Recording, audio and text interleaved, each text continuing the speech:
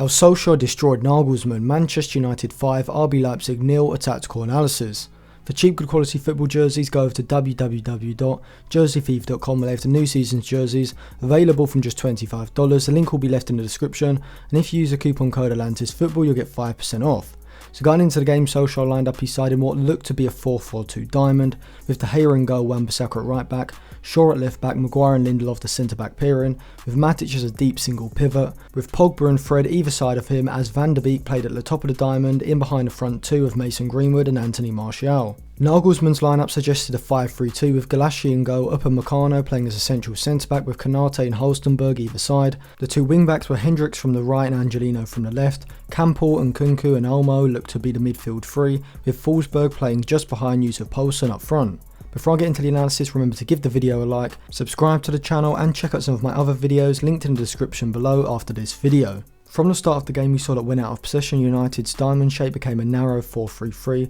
with a frontline press of Van der Beek and Martial and Greenwood either side of him, tasked with pressing Leipzig's deep possession line in a man-to-man press, as Leipzig were using a 3-4-2-1 possession shape, with Angelino and Hendricks keeping the width as wing-backs would, with Campbell playing as the deepest midfielder alongside Olmo, who would move higher up the pitch, and Forsberg and Nkunku ahead floating between the lines. United's system was very effective at stopping Leipzig progressing the ball through the centre of the pitch. When the ball would move out to one of the wide centre-backs or wide forwards, Greenwood or Martial would push out to close them down, whilst positioning themselves in a way to cut off the passing lane into the deep line Leipzig midfielder, usually Campbell, who's sitting between United's first and second pressing lines. Behind the frontline press, Pogba and Fred would also man-to-man press Olmo and Forsberg, who would sit high and then look to drop deeper to get on the ball for Leipzig in the build-up phase. United would try to force Leipzig out to wide positions where they could then move out to compress the player and attempt to win the ball back high up the pitch. United weren't so effective at winning the ball high up the pitch and using it as an offensive weapon, but they were excellent at stopping Leipzig being able to advance the play through the centre of the pitch. When United were forced back into their own half, their 4-3-3 would fall back into a 4-5-1 shape,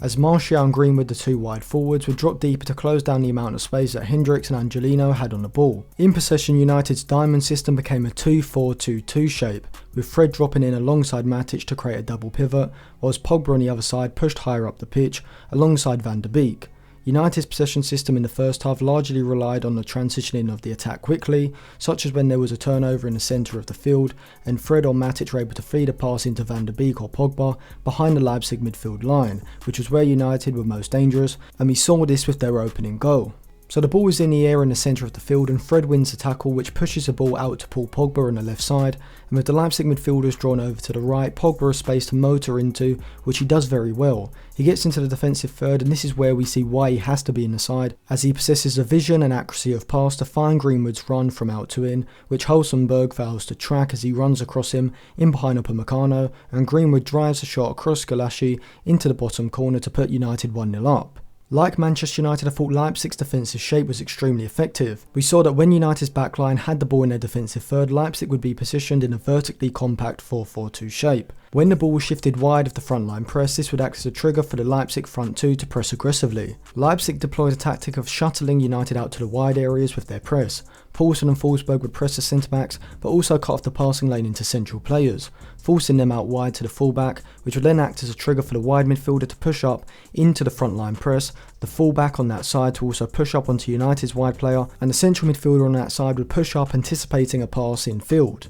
Here we see that Lindelof is being pushed away from the centre of the field, and when the ball goes into Wan-Bissaka, the Leipzig press condenses, closes off the space, and then the pass in field into Fred acts as a trigger for Campbell to push up and try to catch Fred on the ball in the centre of the field. When United beat the press and moved into Leipzig's half, they would drop off from a 4-4-2 into a 5-3-2 shape, with Angelino moving deeper, playing more like a wing-back as Hendricks did on the other side, whilst Nkunku would take up more of a central role, creating a midfield three. This stopped spaces developing in the half-space areas and left the United fullbacks with space to advance, which was a tactic that a lot of sides have used against Solskjaer'S side recently. I have done a few recent tactical analysis videos on Manchester United, like the one on the PSG game and another one on the Chelsea game. Both of those will be linked in the description and in the eye above for you to watch after this.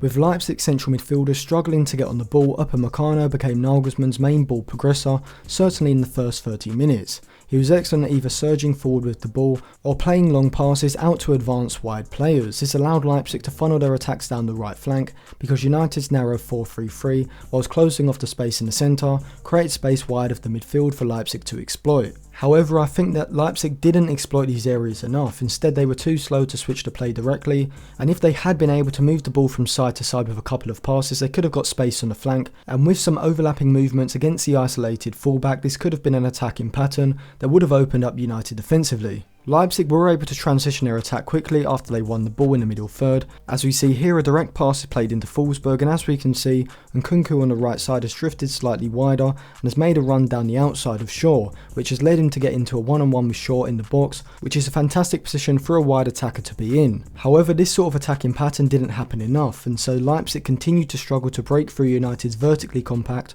4-3-3 shape. In the second half, United continued to have success with their pressing system, and we did see Nagelsmann alter things slightly, pushing Olmo further forward and having Campbell play as a reducer in a deep single pivot position, which created a 3-3-3-1 possession shape. However, as in the first half, Leipzig struggled to progress the ball through the centre of the pitch and so weren't able to get the ball into Olmo and Forsberg between the lines. This was due to United's pressing and positioning out of possession. They did a great job of forcing Leipzig to play backwards and sideways passes, making them play the long way around, cutting off the passing lane into Campbell, which would have been a direct way to split the United system and move the ball into the United half quickly. We did see howson pushing forward down the left a lot more to overlap Angelino, but they weren't really able to create anything of substance. If I was Nagelsmann, I would have moved Forsberg over to the left and had howson overlapping him, as I think Forsberg would have had the creativity and weight of pass to open up chances in a way that Angelino, being a natural wingback, wasn't able to do. Nagelsmann then did make some changes, bringing on Sorloth and Sabitzer, now giving Leipzig two up front and allowing them to progress the ball forward with long balls from Upamecano into the chest of Poulsen and Sorloth. However, the passes were usually too straight and easy for United's centre-backs and midfielders to intercept. Instead, Leipzig should have looked to progress the ball down the flanks and getting into crossing positions, and this would have put pressure directly on Maguire and Lindelof in aerial duels. Rashford came on for United and we saw Solskjaer'S 4-3-3 pressing shape become more of a 4-4-2 shape, as Rashford took on a more disciplined role, tracking back on that right side to create a 4 in midfield. United were then able to take advantage of Leipzig's lack of attacking threat to make it 2-0. Here we see that as the ball goes into Poulsen, instead of quickly laying the ball off and allowing Leipzig to build the attack, he takes far too long on the ball and the Leipzig attack breaks down. Bruno Fernandes, being at the point of the diamond, is able to move into the space in behind the Leipzig midfield, and a quick pass into him from Fred allows him to receive the ball, and as Upamecano moves out of the backline to close him down, Fernandes plays a perfectly weighted through ball splitting the backline and finding Rashford's run from out to in, and Rashford calmly slots the ball past Golaschki to make it 2-0. United's third goal came from their pressing system, which had been so effective defensively, but in this instance it was used as an attacking weapon. Fred pushed up from the middle line as Sabitzer was attempting to get the ball under control and won the ball back from where it fell to Rashford, who then with one fluid movement was able to slide away from Upamecano, get into another one-on-one situation, but instead of passing it into the far corner as he did with his first, he drilled it low and hard into the far corner to make it 3-0. Anthony Martial then added a fourth from the penalty spot and the route was completed, and so was Rashford's hat-trick, with his third and United's fifth to complete the Leipzig collapse. So overall, even though Nagelsmann did enforce a very effective press in the first half, his side failed to break down United's narrow 4-3-3 due to the lack of patterns of play and quality individually down the flanks. Solskjaer got his tactics out of possession perfect as he switched systems and pressed in a similar way to how Liverpool do under Klopp, which was extremely effective at stopping Leipzig's attack, and in the final third United were ruthless with their chances, and their counter-pressing style seemed to suit their attacking players just as much as it suited their defensive ones. I may do a video on the system United should use for the rest of the season, so make sure you subscribe to the channel so you don't miss out on that.